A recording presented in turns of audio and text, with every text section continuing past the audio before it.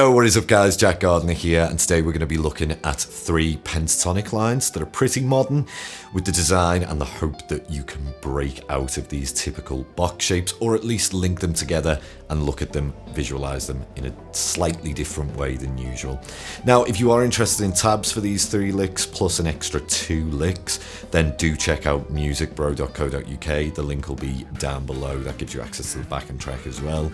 Or if you are interested in learning how to create these lines yourself with more in-depth kind of lessons, then check out my brand new masterclass. It's called the Improvisation Roadmap Part 1. The links will be down below.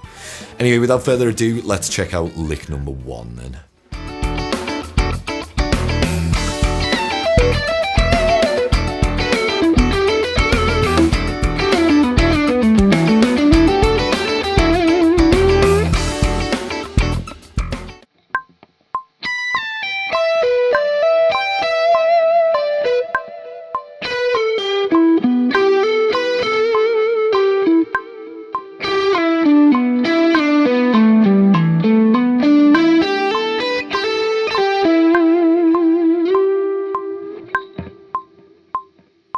Okay, so with this very first lick, what I'm wanting to do really is show you how you can link some of these box shapes and hopefully break out of that box, if that makes sense. We're starting off in what you could consider like position 3 of E minor pentatonic on the note B, or the 5th of the chord, and we've got this phrase which slides down into position 2. Now the idea here is that I'm really wanting this to be the strongest part of the phrase. I think that's a nice little fragment in itself, and you can do tons with that.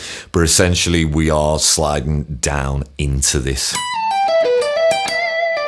And then the second time, it's very, very similar, except I'm changing a few notes. So I'm really trying to emphasize this 4th or the 11th of the chord here. Just be very careful of that roll.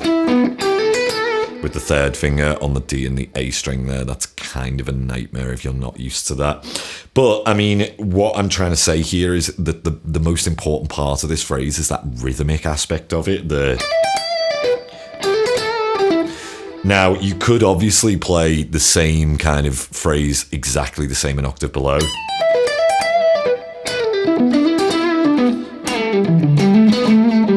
There at the end, I changed it on that last one, but I'm taking the same rhythmic idea. I'm a massive fan of this, of using a strong rhythm as a basis for our phrase. And if you are interested in more of that, then check out my Improvisation Roadmap Part 1, where I cover this in a lot more detail.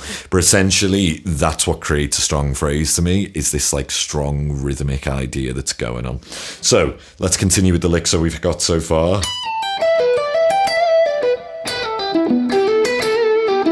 Now here, I'm going to go from this position 1 down to 5 and then to 4. And that's just a nice way of linking. We're using the 1st finger to kind of guide us through these box shapes. And then we're going to rise up through the pentatonic scale.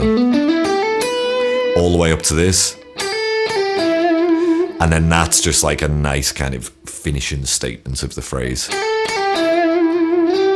with a little tag on the end where we're coming back into position 5, bending that minor 3rd up. So the whole lick's slow.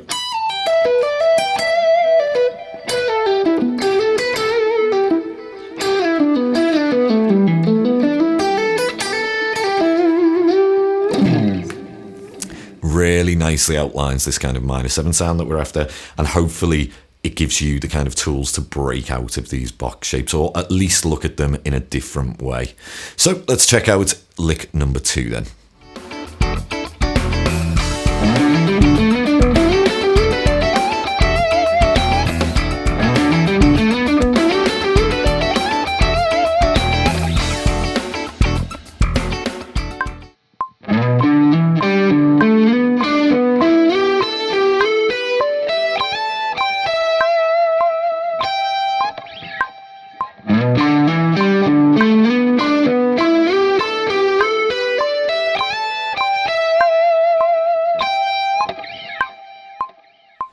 Okay, so with this second lick then, we're looking at further expand them really on these box shapes and linking them via the use of slides. So I'm starting off again from the 5th of the chord, but I'm looking at what would be like position 3, an octave below. So I'm gonna go, and that's kind of the fragment really, and it's the strongest part of the phrase. And then I'm gonna slide up into position 4. And then I'm gonna slide from position 4 into 5. And then I'm gonna slide up into 1. And then up to 2. So it's really using pretty much every single position here.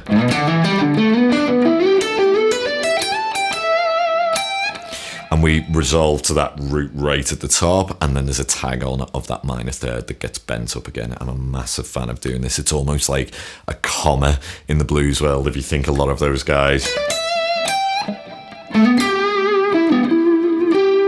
It just adds a little bit of a question mark to the end of the sentence, or a comma, like I say. So the whole lick slow is...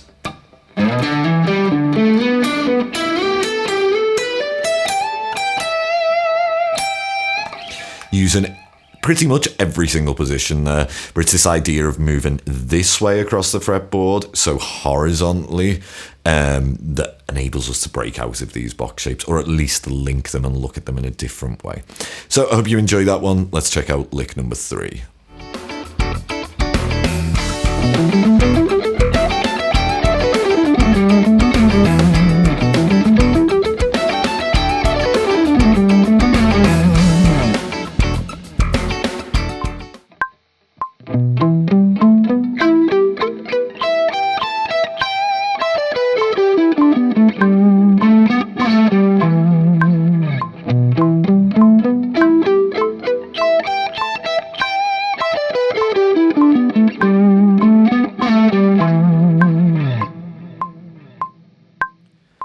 Okay, so with lick number 3 then, we're actually looking at breaking out of this idea of just the 5 positions of the pentatonic. We're wanting to link 2 together at the same time. So these could be considered like 3-note per string pentatonics, if you like.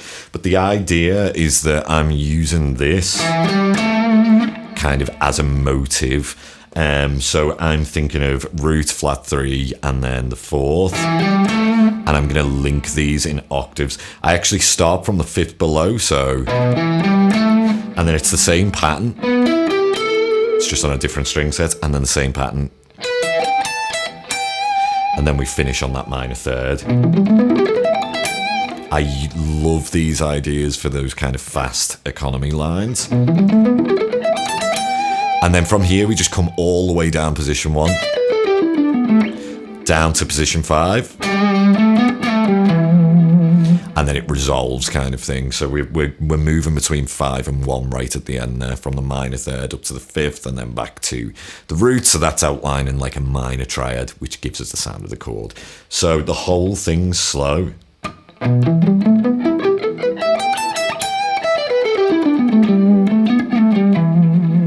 Just really works very, very well and sounds quite modern to my ears, actually. I could definitely use this in a fusion context, that is for sure. So I hope you've enjoyed these. Remember, if you would like 2 extra lines, then head over to Music Bro. Or if you would like to look at these concepts and how you can use them in your improvisation and further develop these kind of ideas, then check out my new lesson package, the Improvisation Roadmap. I'll leave links down below. What did you guys think of these licks? Do you guys enjoy Pentatonics? What more would you like to see? What kind of licks would you like to explore, you know, in terms of harmony, rhythm, whatever? Let me know down below in the comments. Don't forget to like and subscribe. My name is Jack Gardiner. Till next time, cheers.